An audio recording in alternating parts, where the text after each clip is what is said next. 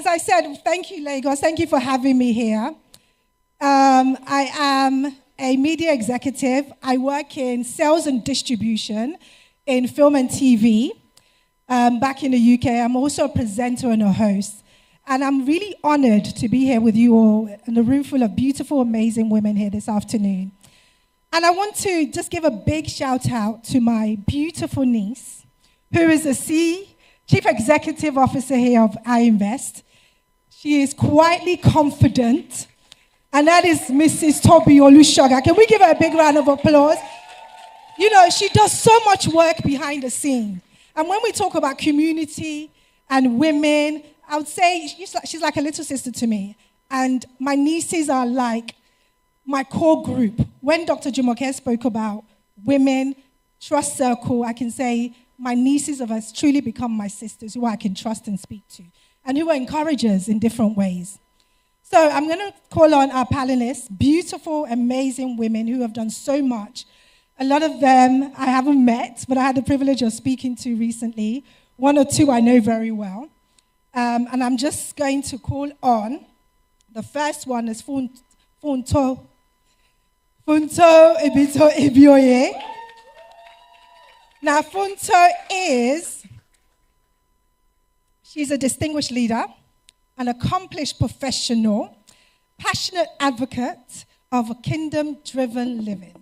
Now, she is also the Chief Executive Officer of 528, a global firm specializing in interior design, architecture, and property and development, where she leads a team dedicated to creating transformation environments. Can we give her a big round of applause? And on next, I have my wonderful Idia, who we all know as Rich Sleep, a.k.a. Rich Sleep. She is a commercially driven actress. She is Nigerian and Cameroonian, if you didn't know.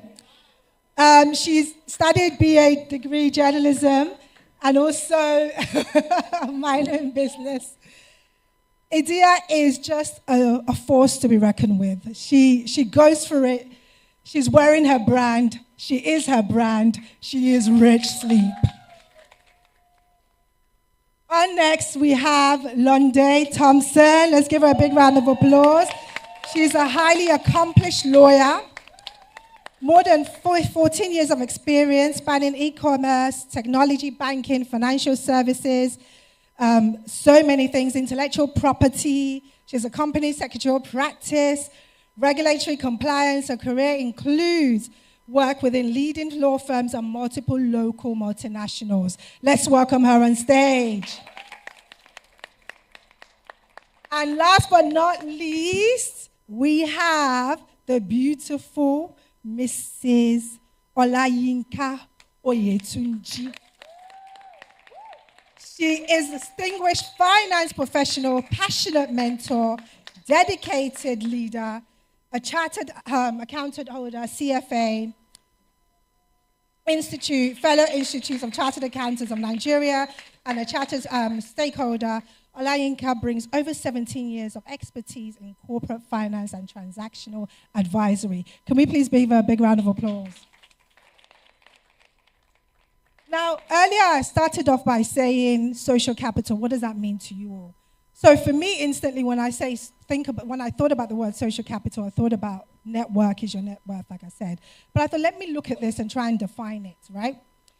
And what it says is that social capital refers to benefits derived from informal human interactions, like we're doing today. And networking, it strengthens business success through personal relationships and networks, enhancing trust, respect at all organizational levels. The concept fosters collaboration, which we've heard a lot about today on stage from our keynote speakers, and can offer both innovative ideas and tangible opportunities. So let's see what our ladies have to say when we say social capital. You have a mic between you to share and pass around, or mic each. Do you have one over there? Okay, perfect. So let's test our mics and make sure those are working. So let's start with you, When we say social capital, what does that mean to you? One word. So we go around, one word, social capital. One word, my network. Okay. Idia? Your social capital is the measure of your access and resources based on who you know. Fantastic. Social capital is relationships, but I asked someone and she said people. So if we're doing people and relationships. Makes sense. Olayinka?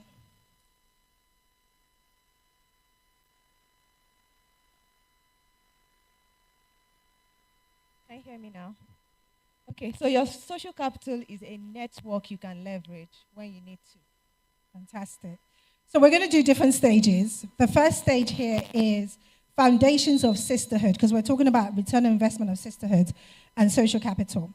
So for you all, how has sisterhood directly shaped your career, your leadership roles, and your entrepreneurial gift? Olayinka? Okay, thank you. And thanks everyone for the opportunity to have me here. I don't take it for granted. Very beautiful question, Esther. I would say that I started my career in an office where there were about 11 men and I was the only woman there working when I started my career. And I've always found myself in rooms where I'm just the only woman. And what that helped me to do is to be able to be intentional when I have colleagues that are female, to ensure that they are able to achieve their potential. For example, right now, I'm the first female partner on my team in EY. Can you believe that? After so many decades, of the practice. And so that shows that when it comes to women and women, a lot of women start off on the ladder, but not a lot get to the top. And so when it comes to women being able to get to the top, older women, your colleagues, women, have to be intentional. Yeah. What about you, dear? What would you say? Okay, so sisterhood. I can't talk. Well, first of all, everybody, good afternoon, and thank you so much for having me here.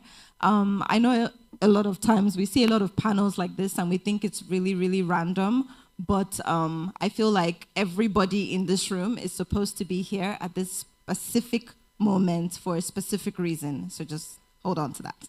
Now, sisterhood for me, I can't speak on that without talking about my family. I'm the last of 8 girls. So my entire life has been shaped from watching 7 older sisters and just, the decisions they've made in their lives. And I've been quite fortunate to always learn from other people rather than making grave mistakes. I would also say that I have a very strong network of sisters, and this is just outside my family, my mentors. I'm sitting here today because of Esther, who I met how many years ago at MIPCOM? What was that like? Cannes. In Cannes, in France. A film and TV festival. Exactly. So I would say I'm nothing without the network of women that I've met. And one of the biggest jobs I've had in my life in private equity in New York that changed everything for me was because I was sitting in a restaurant eating by myself, and there was a group of African women sitting together from different countries. And these women were just, they were having brunch, they were discussing the things they were going to do in Africa, and they asked me to join them. I sat at that table, and my life has never been the same. The next day, I got called to interview for a job, and when I saw it was investment banking, I'm like, how? I studied business and journalism, but I was more focused on media. Long story short, I took that opportunity. I was like, they better pay me well. When I heard the amounts, they didn't bond me to say no. And that job is the reason why I've been able to, the job brought me to Nigeria. It's the reason I've been able to, for so many years, chase my passions, build strong networks, because obviously you meet a lot of people in banking and so many industries. And I don't think that would have happened if I was sitting across from a group of men who were having brunch that day. So, yeah. And good on you. Funto. I really love the question, and thank you so much for having me here. I would say that sisterhood has really, really helped me in building my career and my journey so far. I remember specifically, I just resigned my job. I'm a chartered accountant. And I just, for whatever reason, resigned my job after 2 years of working. I decided that I was bored. And at that time, I had a car and a driver. I was 22. I was really living large. I used to say that I was using my money. I was in pay rent because I was still living with my parents, and I was using my money to buy Peruvian weaves. But then I resigned my job, and I couldn't even tell my mom that I was resigning because it wouldn't make sense. And I remember I told her that I was on a 2 weeks leave, fake leave.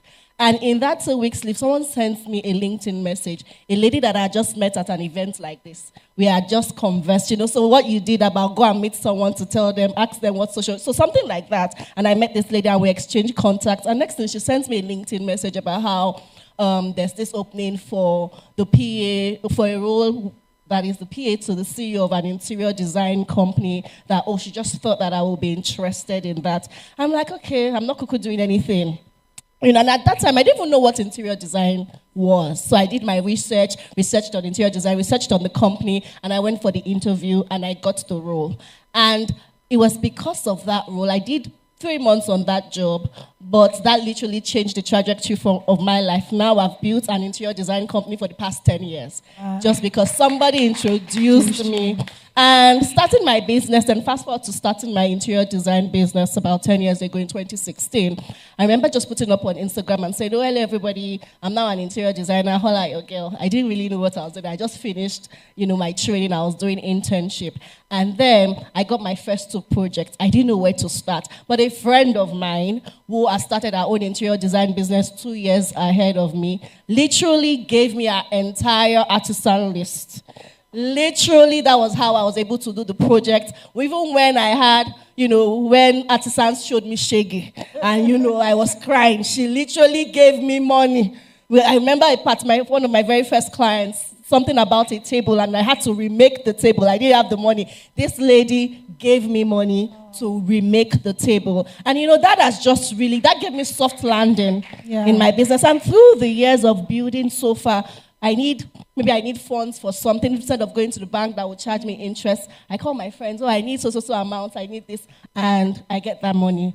So sisterhood has really been a huge leverage for me, building my business. Yeah. Fantastic. It's really good. But then you've shown consistency, right? People won't just give you money if you're not showing results. What about you, Londe? Okay, hi everyone. So mine, I'd tackle it from 2 angles. There's sisterhood, where I met and formed sisters within organizations I've worked at. I've worked in a few places. And there's sisterhood, which is my friends, family, that we all grew up and started together. What I find that it's shaped me in terms of leadership was anytime I had imposter syndrome, we've all had it.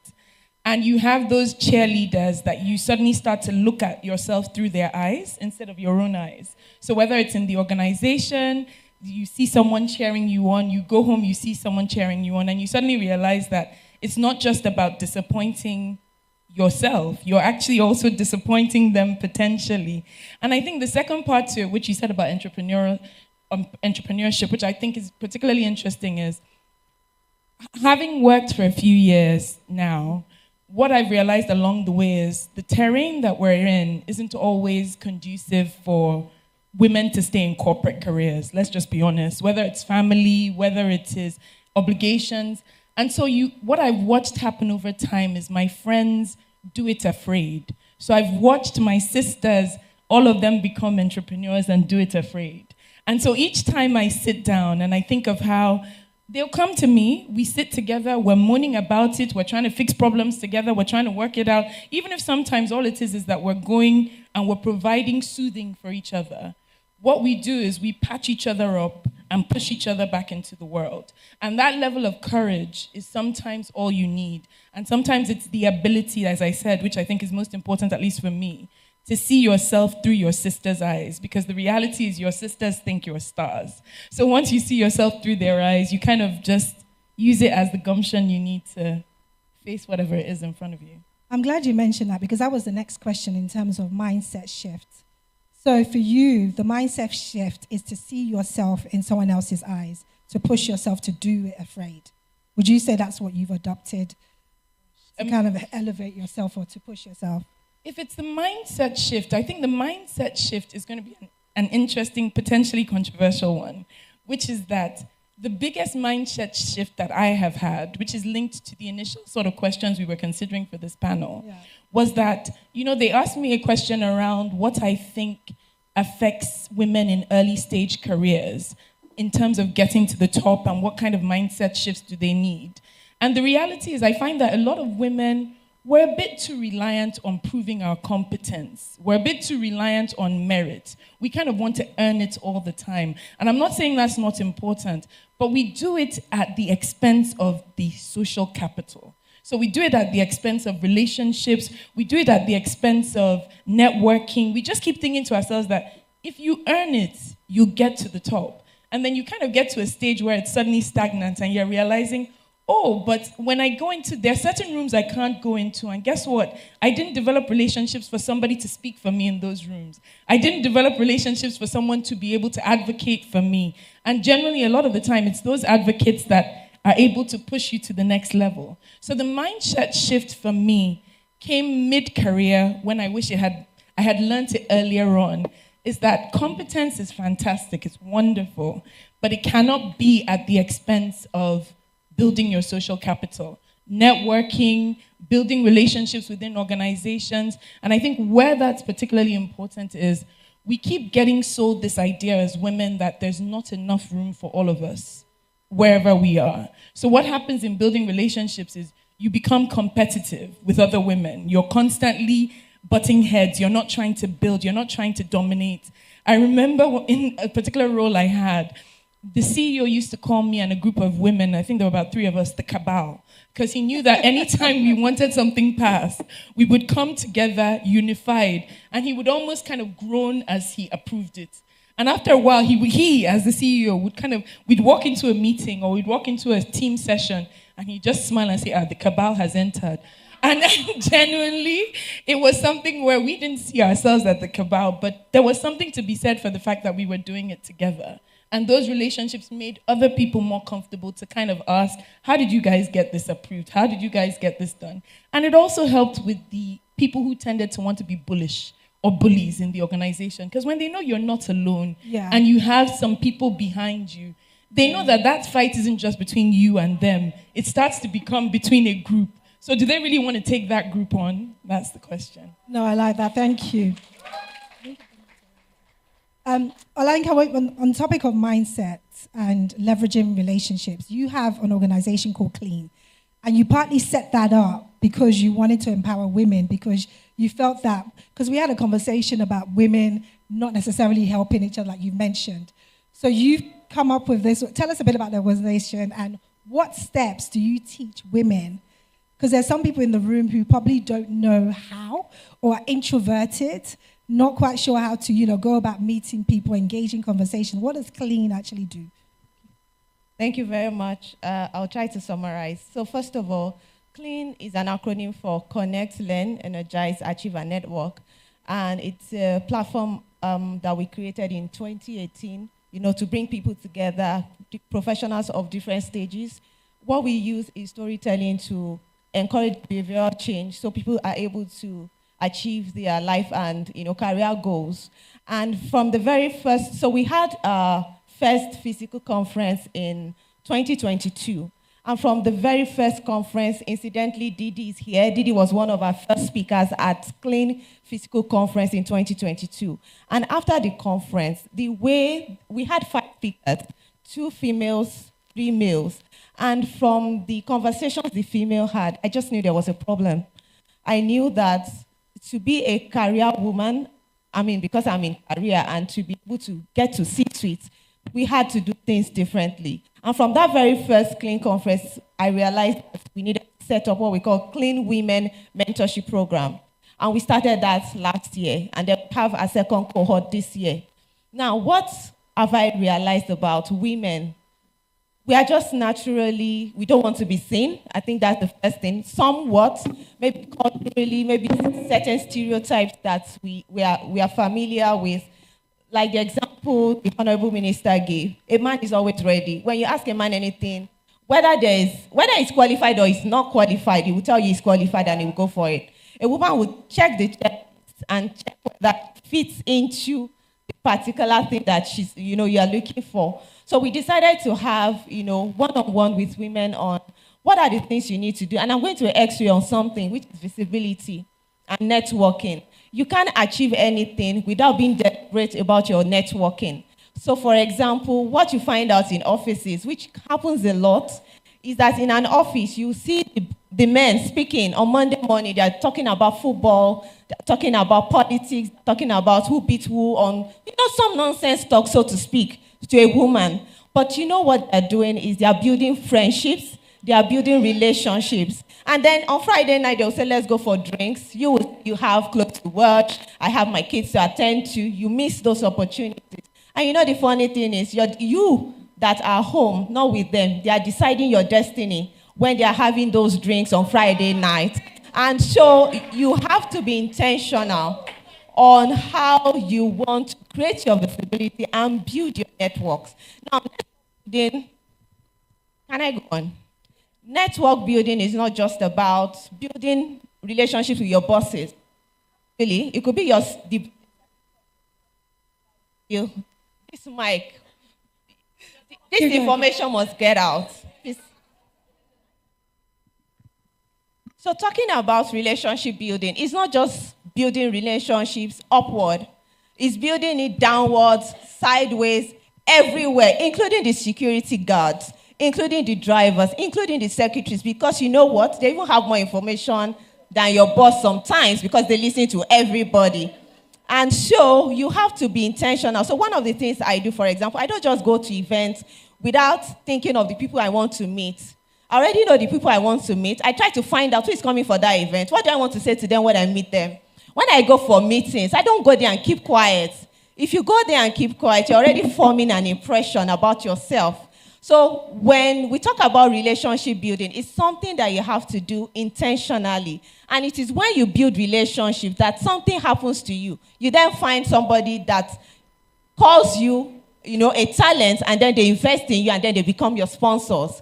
But if you decide not to be seen, not to be heard, not to air your opinion, and you just decide, oh, I'm an introvert, I don't know what that means. We are all introverts. I'm also an introvert. But I need to do what I need to do because I know if I'm not seen, I won't be able to command influence in the room. Honorable Minister talked about meeting before the meeting. So these are some of the things that men do and women need to take cues from and do. Thank you. Thank you for that. Yeah. I think we all need to do that. Like you said, some people are introverted. We just need to get the extroverted side of you out somehow because it's to your own benefit, right? Now, let's move on to turning social capital into financial power. Now, Funto, you are in architecture, design, creative world. How do you turn your relationship into a pitch section, for example? How do you then pitch to somebody to leverage your talent, your business, to then get that business, How have you done that? How has it worked for you? Thank you so much, and I really love that question. And I love what Olayinka just talked about networking. But, there's also this side of networking that I don't like how it's been preached about. How you have to go, when you go for an event, you exchange complimentary cards, and then you have to follow up with the person. I feel like most of the time, it's not real. To really build social capital, it has to be authentic.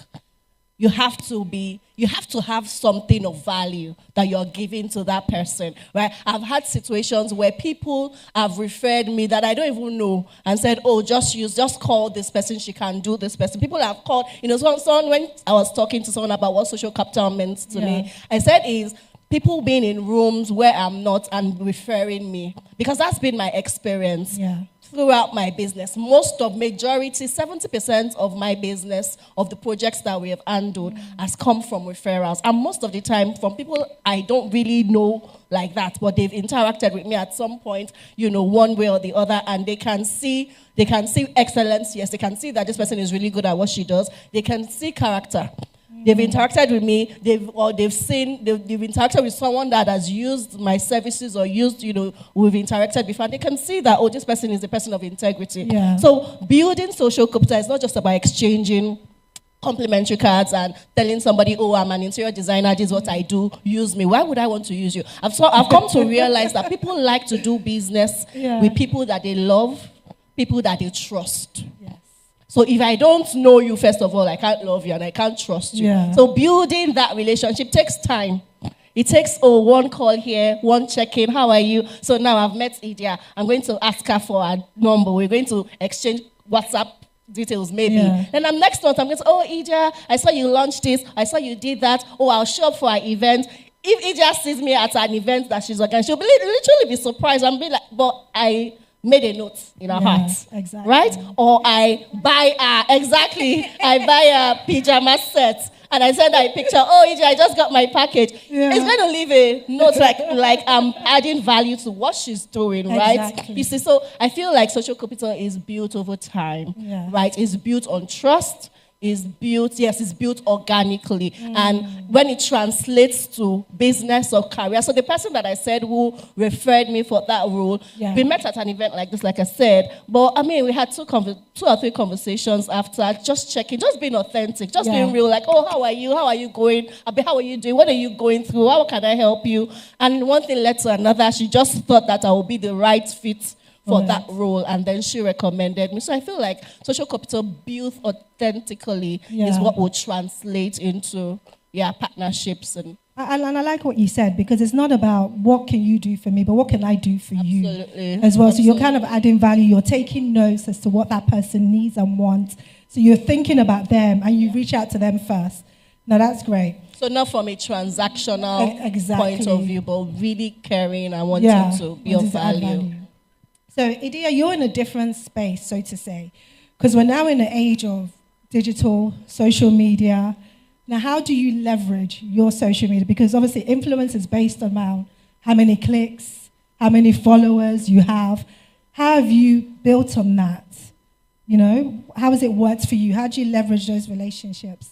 Because I know you made some money from that. Okay. So the first thing I'll say, right, when it comes to social capital, is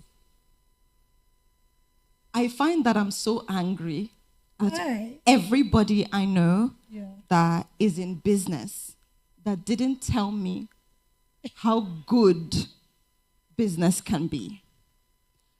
I have spent my life working for people, struggling, negotiating my value, you know, depending on this social capital of, is somebody in one conference going to say, yeah, she's good for to host the opportunity, or she's good for the endorsement or the deals or the this or the that. And I finally feel like I've taken control of my life.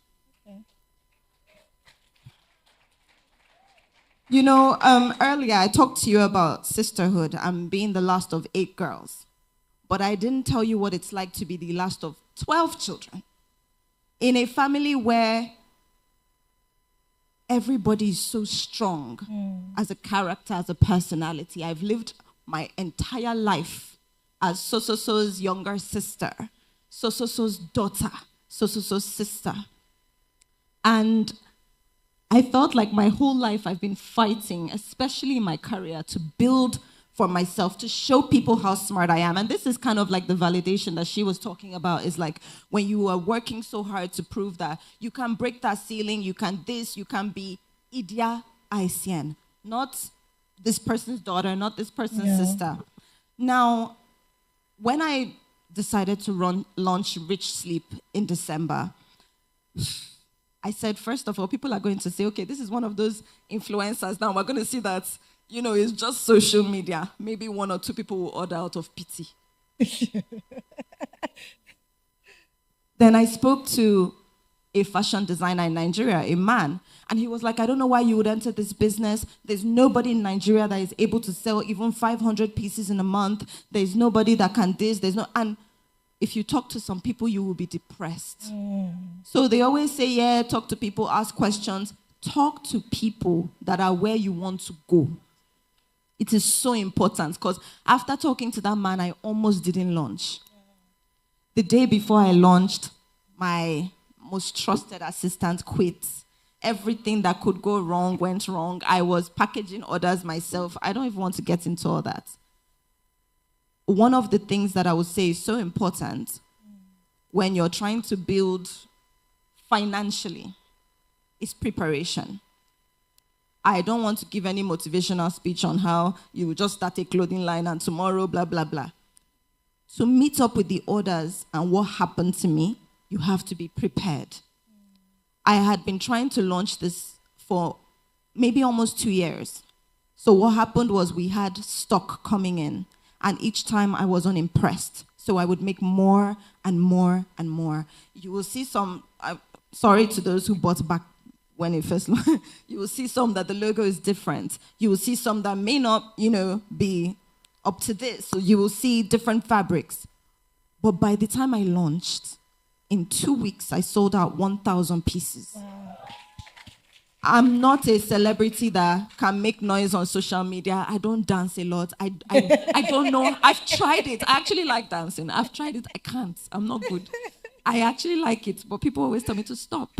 So I didn't know how I was going to sell my line.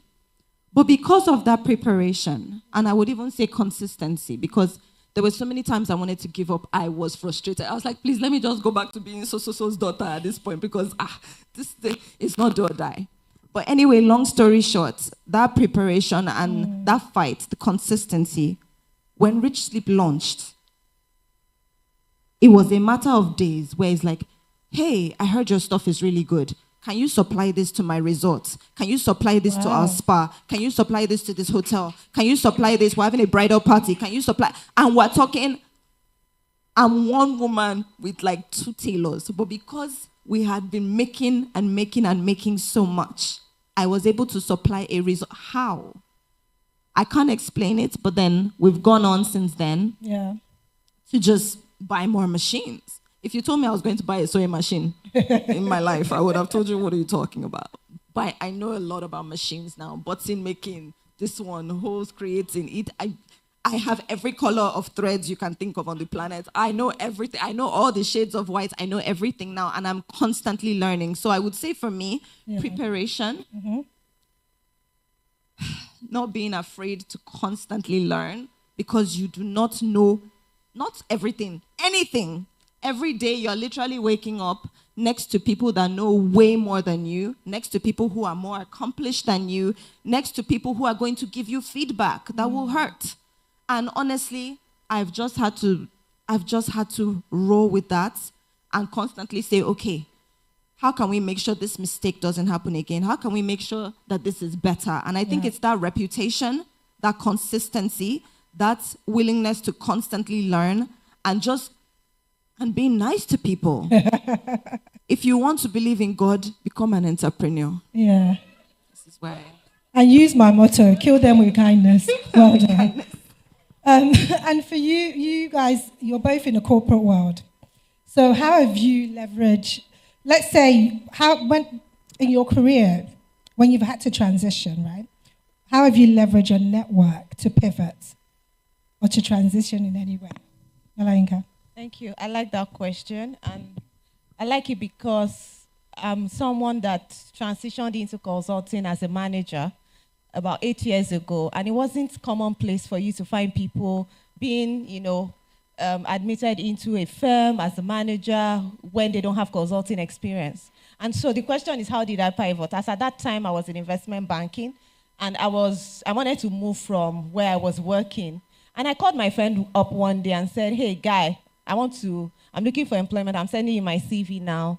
And I sent my CV to him. I forgot about it. 2 years after, my current firm called me, EY.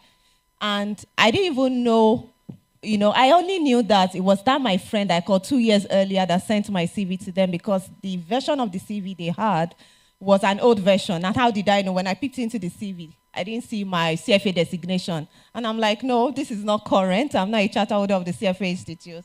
And it was just that phone call. But one thing I want that transition helped me to also understand is what Idia talked about, preparation.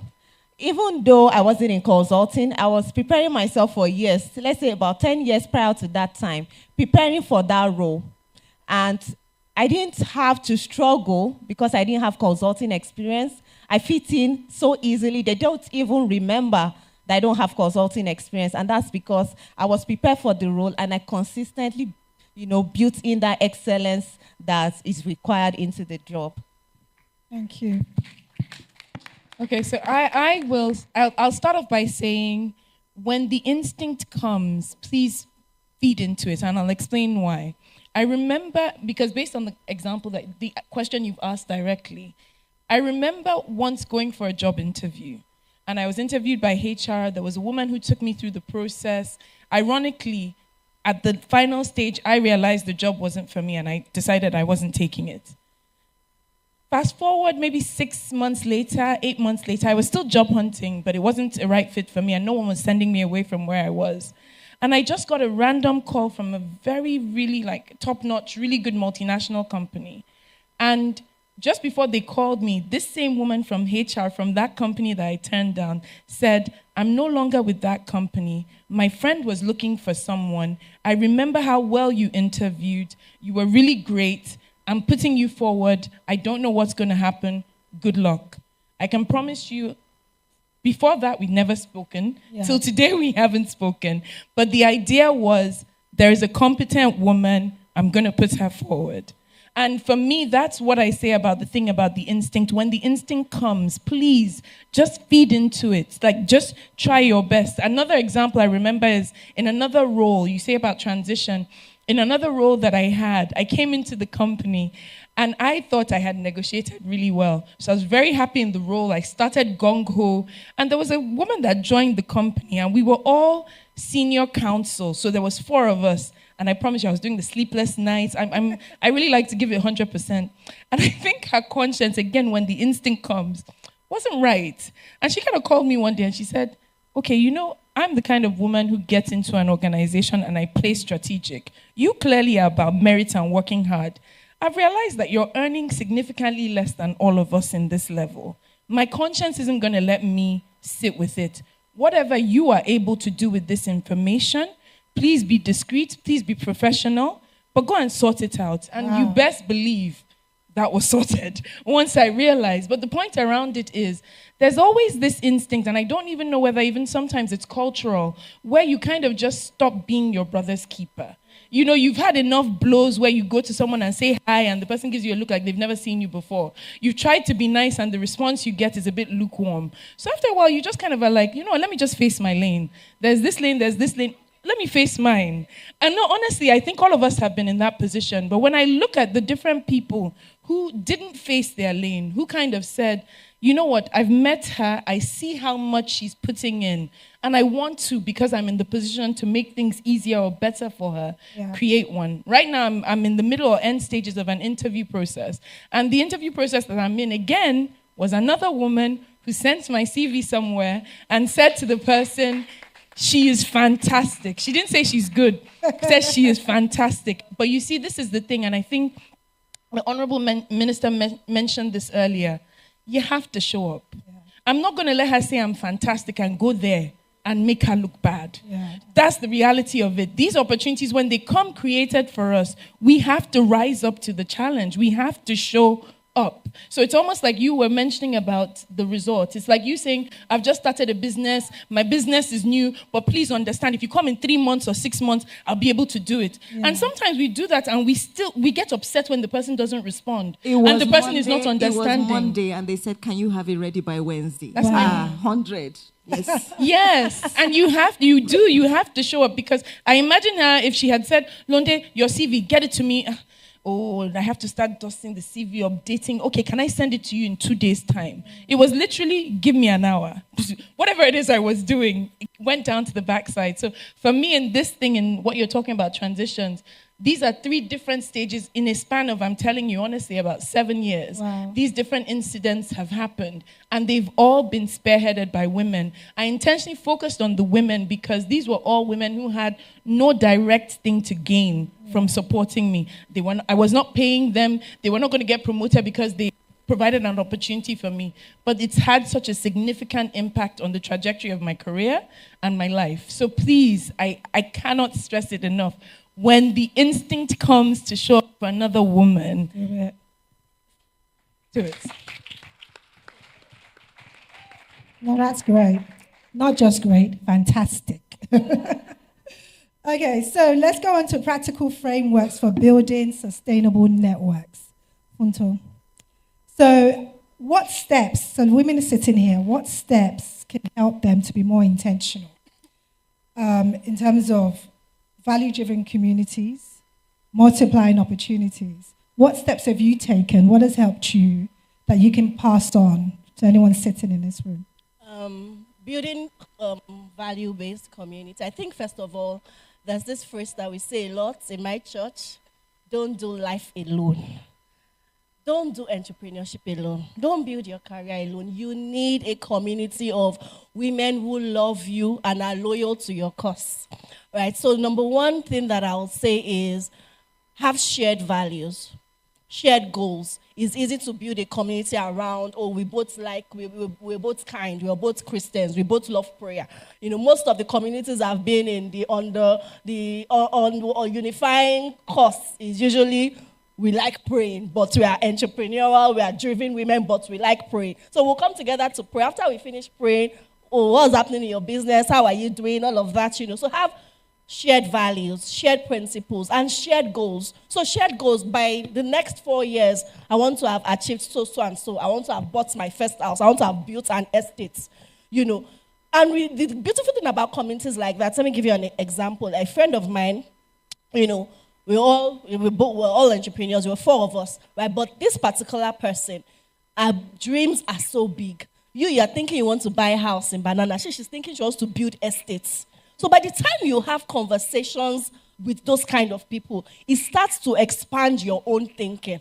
It starts to expand so your own big dream of house in Banana now looks small when your friend that you are praying together, that you both have to she's thinking of estates. You know, so that just does a lot of something to you. Like you quickly snap out of that small thinking and small mindedness. So have shared values, have shared goals. And I think that most the best or great communities are built out of shared love for each other.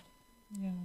We can come together and have the same goals and have the same values. We want to achieve the same thing. But if there's no genuine love, and you know, I want to speak to the others. I think it was Londe who mentioned it earlier about, or Olayinka, I can't remember, about, you know, competition. When you understand that we're not in competition, it's collaboration, we have left the era of competing with each other. We have left the era of, you know how they always say PhD, pull-out Down syndrome. We are no longer in that era. In the era that we are in, women are building together. Women are collaborating. And that collaboration will come from a place of true and genuine love for each other. Right? So build communities with women you really love and who you know really love you. And you will know that they will mention your name for positive and for good in rooms where you are not in. Not the ones who will say, no, don't give Funto that contract because so and so. No, they will say, give Funto that contract. You know, who will mention your name for good opportunities. So yes, I think those are 2 key things for me for communities. 1, shared values, shared goals, and real genuine love and respect. But I like that. It's an example of faith without works is dead, right? You pray together and then you do the work. Yep. Just to remind you all, don't forget to scan your QR codes if you have questions. It's on the screen, also at the back of your fan. But if you scan it and have your questions there, that's the only way we'll answer your questions if you do it through the QR code. So thank you. So, Idia, you are let's talk about the film side of things. We can say it's predominantly male. Heavy, like most organizations around the world are men are on top. Also in the UK, although that's changing a bit, but the dynamics in Nigeria probably slightly different to my experience in the UK. So for you, how can a woman build a credible relationship trust when entering a male-dominated industry? How have you done it, and how can people adapt what you have done to their daily experience when dealing with men? Thank you for that question. So every single time I have a conversation with somebody who wants to be an actor, the first thing they want to tell me is about their prior experience, maybe with men or whatever. Yeah. I know that my background in terms of education and career is quite different, but I don't believe in doing anything randomly. I believe in having a plan, right?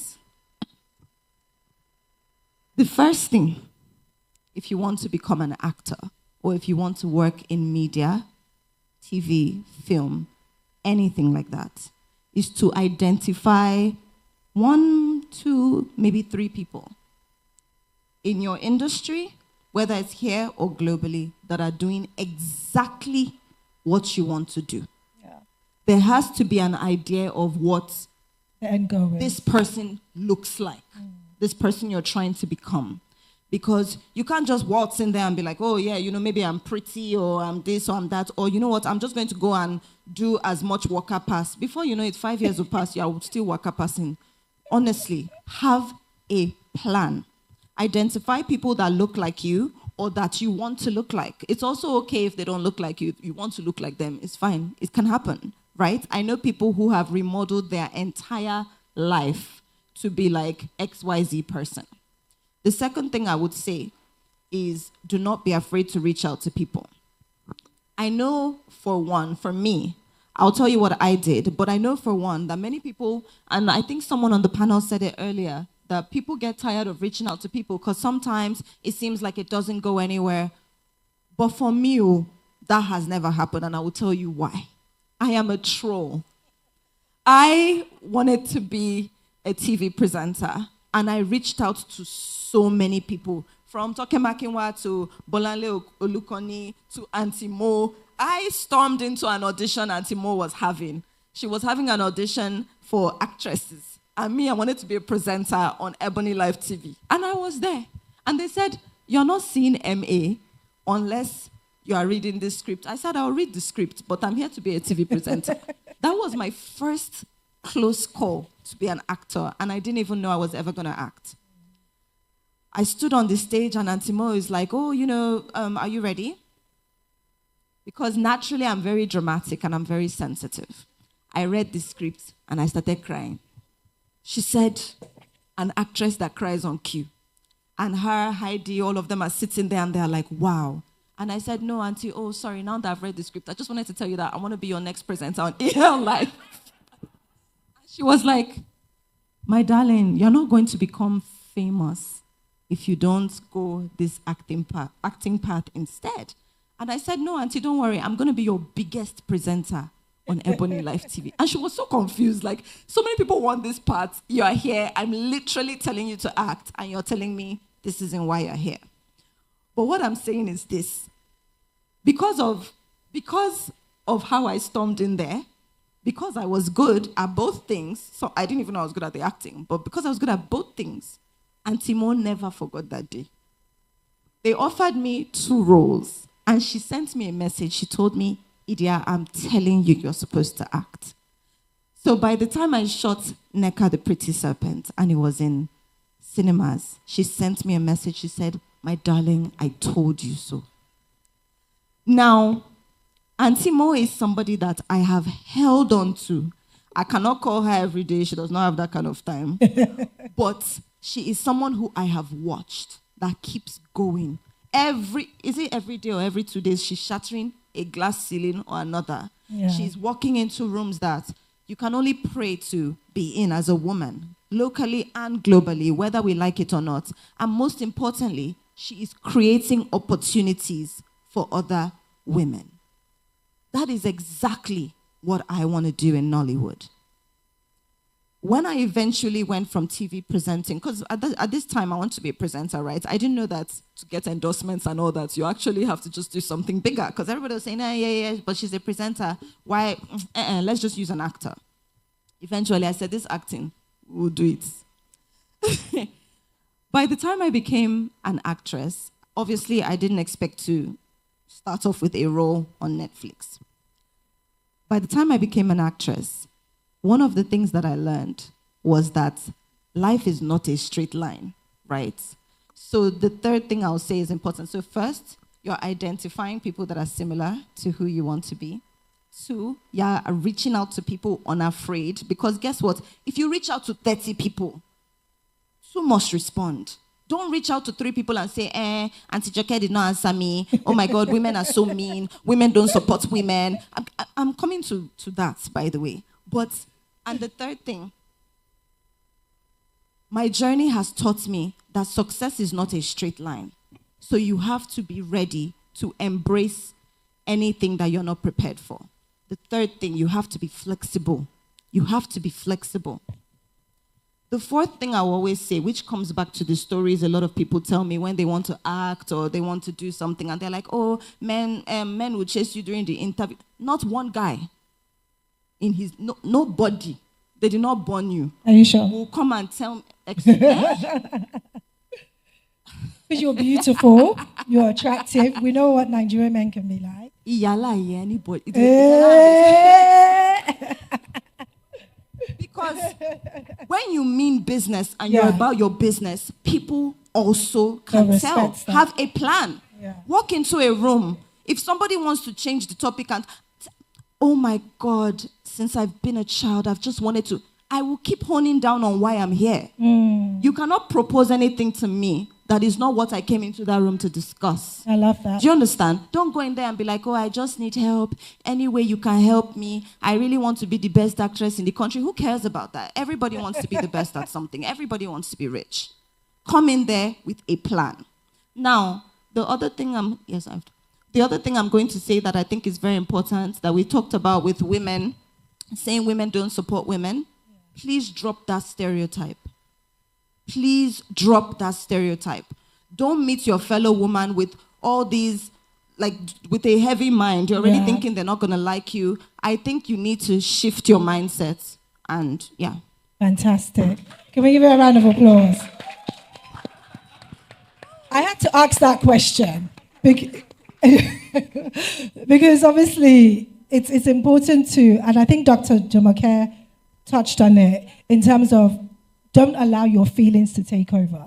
So be strategic, be logical like men are, I guess. Go in there with a plan and go there with value. Don't try and beg for an opportunity, especially in Nigeria. That's my experience, that you have to say what value you're bringing to the table. Okay, we're running out of time, but I'm going to ask you all a quick question, right?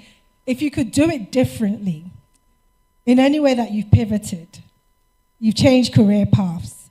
For me, looking back, because I was in HR banking and I left that for the entertainment world. If I could go back and do it differently, like you said, I would have had a proper plan. I would have sought out mentors, people who are already in the position I want to go in, and I wouldn't necessarily have jumped at the opportunity straight away. So what would you have done differently when you pivoted? Olayinka, what would you have done differently? Thank you for the question. Nothing. Why is that? Yes. So every experience had taught me lessons, and I like my journey. I don't think I would have had it better. And if you look at my career journey, it started with commercial banking. That was my first job, and then I lost the job. Losing the job made me to pivot into investment banking and then into consulting. Yeah. And the truth is, the kind of experience and perspective I bring into my current role, I wouldn't have had it if I had maybe started in consulting, or maybe I wouldn't be in consulting today if I'd started from consulting. So if I look back, I just love my journey.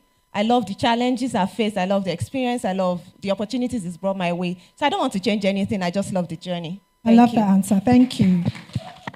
No regrets. Londe. You know, if you allow me this, just 1 second. When it comes to your question, I wouldn't change anything. But the question you asked, Idia, I just wanted to add something to it about working in male-dominated fields. Because I think it's a little different in media, maybe from like corporate, where what male-dominated looks like is different in the two industries.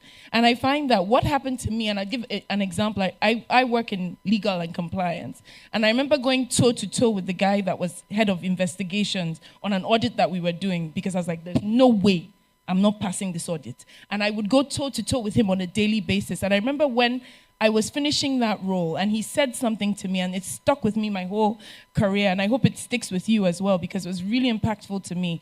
He said to me, it's been so interesting working with you and feeling like I have an equal. But the whole time, I never lost sight of the fact that I was working with a woman. You never stopped being a woman. Because I find that sometimes is the thing that we forget is our superpower. Whether it is for other women coming in, you understand their unique experiences, you understand their unique challenges, you're able to apply to it in a very objective way. You can own your femininity while also being strong. Yeah. I find a lot of women, when they think of strength, it has to look like a man or they have to be like a man. You can be a woman and be strong, own it, and still be killing it in your game. You gave an example of Mwabudu. She's every bit of a woman, and she's doing everything all the men are doing, and nobody's going to mistake her for a man any day. So, thank you for that. Idia. Okay, Londe. Funto, sorry. I think really I wouldn't change anything in the story.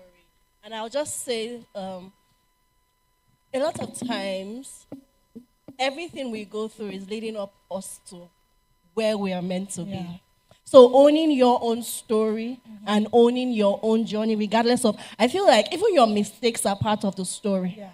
The wrong turns you felt like if I maybe I didn't take this turn, you needed to have taken that turn because there's something that you needed to learn in that wrong turn that you wouldn't have learned anywhere else. So just being proud of your own journey, owning your own story because it's building up to where eventually you're going to. So on that note, I really wouldn't change anything. Fantastic, thank you. Me, I would change something. I would, to be quite honest, yes, I think everything was supposed to happen like this because I didn't have the platform before, but I would have started business earlier. Hey.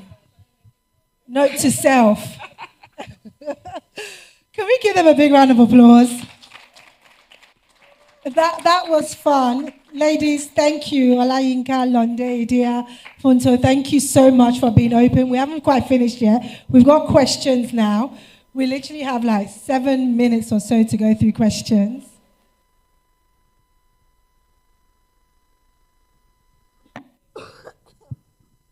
Thank you very much. Please give them a round of applause. That was such a beautiful panel. So because our time is really fast spent and now my integrity is at stake, I promise that we'll be out of here at 6. But as it stands, won't be out of here at 6. I apologize. So, Idia, I'm a ready-to-wear small business owner. And she's asking that, was there any time you didn't make sale in a week? Then how did you sail through? Please keep it very short. So that 2 weeks ago, I didn't make any sales. And then I called one of my friends.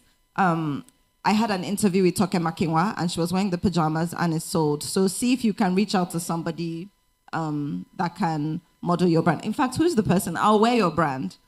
Woo! Are you wearing one of your dresses? Wow. Are you wearing one of your brands? You should stand up and look at that. Wow. Lovely color. I'll wear something. Wow.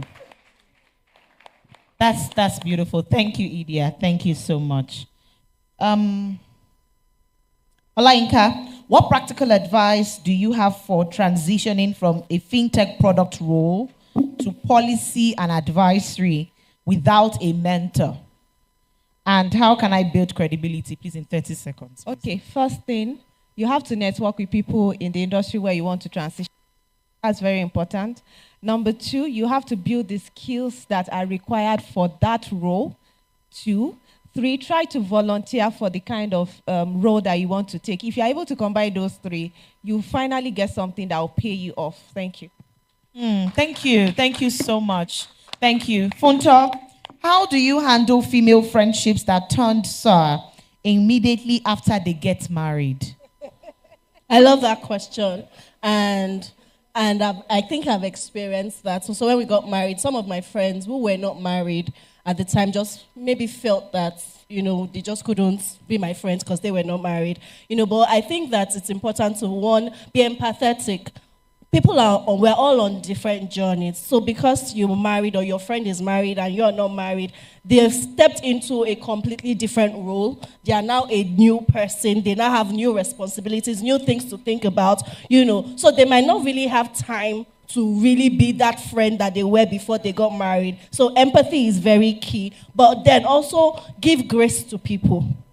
Right, give grace to people. They might be going through stuff that they cannot share with you because you just will not or might not understand because you're not in that position. So I remember when I newly got married, and I still have friends. In fact, one of my really close friends, my very best friend in this season of my life, she's single, she's in her 40s. And last year, I was going through a tough season. She gave me the best advice for my marriage, and she's single, right? So I'm not trying to say don't have single friends. I'm just saying you just need to understand that people are on a different journey. So when I first got married, I had a community of friends, of sisters, and interestingly that we called ourselves the Sisterhood, who had gotten married about the same year. We both were having our children about the same time. And so having that community just helped us navigate that season together, right? So because there are just some things about maybe pregnancy, childbearing that a single person might not understand. And, so just give grace to people and don't push anybody away just because, this person, I'm married now, you're still single. No. There's still some value that you can,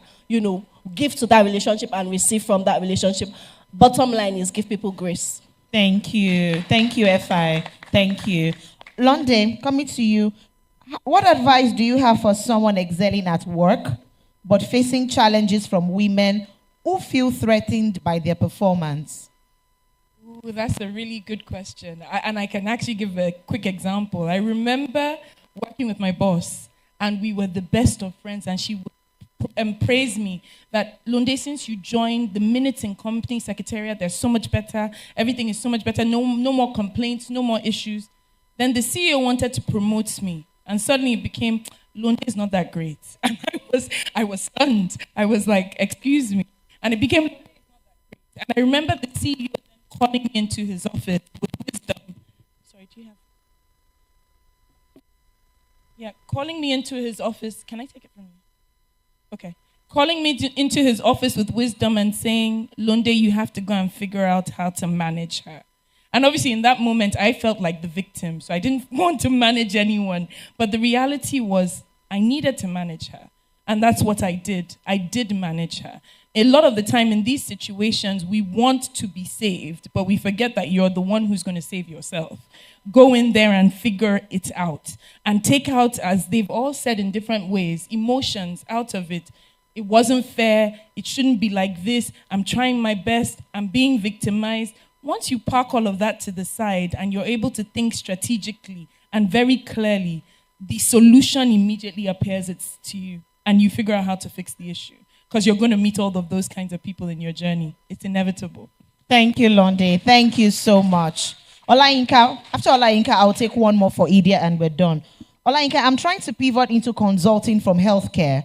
Can you share principles or steps to follow? I'm volunteering at the moment in my hospital in operations. Thank you. Similar to what I said before. See, there's nothing you can accomplish without one platform that you can leverage is LinkedIn. Go to that you want to work with and identify the decision makers there. Network with them. Find where you can meet them. If there is a seminar or a forum where they are going to, go there and pitch yourself. The violent take it by force. You can't continue to, yes, you heard Idia's story. You just have to do something creative to be able to find the kind of opportunity that you want. But networking, deliberate networking is very important. Can I just quickly add to that? Yes, Sorry, I'll be quick. So in terms of LinkedIn, I think that's something that we don't utilize enough.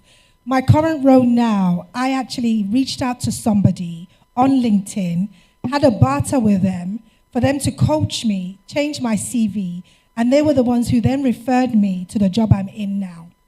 And most jobs are actually based on referrals.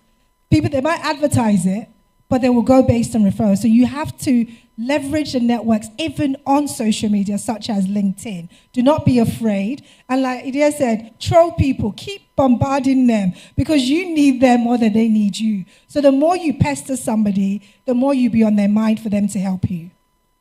Thank you. Thank you, Esther. Thank you. Idia, how were you able to get the right team to execute your vision, from the suppliers to the tailors, marketers, and all that? How did you find them?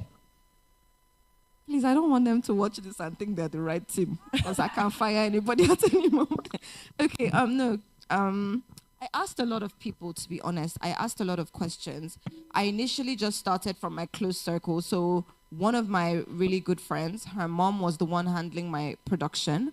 But I wanted to be more in control of my brand. I didn't want to be one of those people that, you know, if you wake up one morning, everything can be taken away and you don't know where it's produced, who is making what, whatever. So honestly, I reached out to different people. There are other women that have clothing lines. I would just ask them, oh, how do you do your packaging? I'm also part of some networking groups. Like there's groups like Great Minds. There's another group like Lagos Returnees. And I'll literally just be like, hey, does anybody know someone that's good at packaging? And I'll reach out to the different people that they recommend, and I'll just compare them. So I ask. And for me, I have fired so many people. Sorry if you ever hear that I'm not a nice person. Well, it's fine. But I fired so many people if something is not working, and if you're bringing down the entire group, because I also watch for my group dynamics. I have really a hardworking team, so I don't want anybody that brings down the collective efforts of the team. So, yeah. Thank you, Idia. I know I said this was going to be the last, but I'll take Londe this one more. I really wish to go hard on my visibility, but I'm not really fluent in English. How do I overcome this challenge? It's a big hindrance to my success. You know, when I said you save yourself, you figure out how to be more fluent in English. That would be my thing.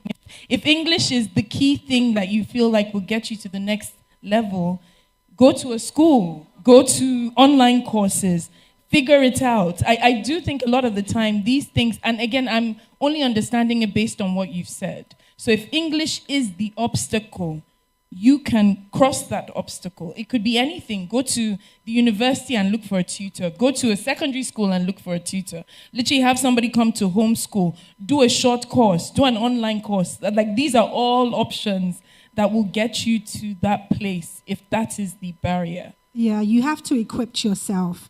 And one of the keynote speakers said it, you owe it to yourself. You own yourself to develop yourself. For example, I was working for a TV station, an African TV station, which wasn't known in the industry in the UK. So I had to go back and study. So I went to the National Film and Television School, which I know is known in the industry in the UK. So I know that that would open doors for me to get the right job. You know, I didn't have the money necessarily, but I started looking for scholarships. So if you want something, you can get it. So don't be afraid to improve yourself. You can watch lots of series, you know, pause it.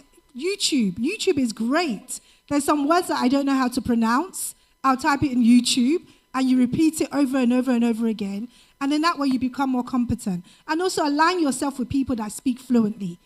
You know, get into the circle, practice at home. Don't speak Yoruba, don't speak Igbo. Start speaking in English more often.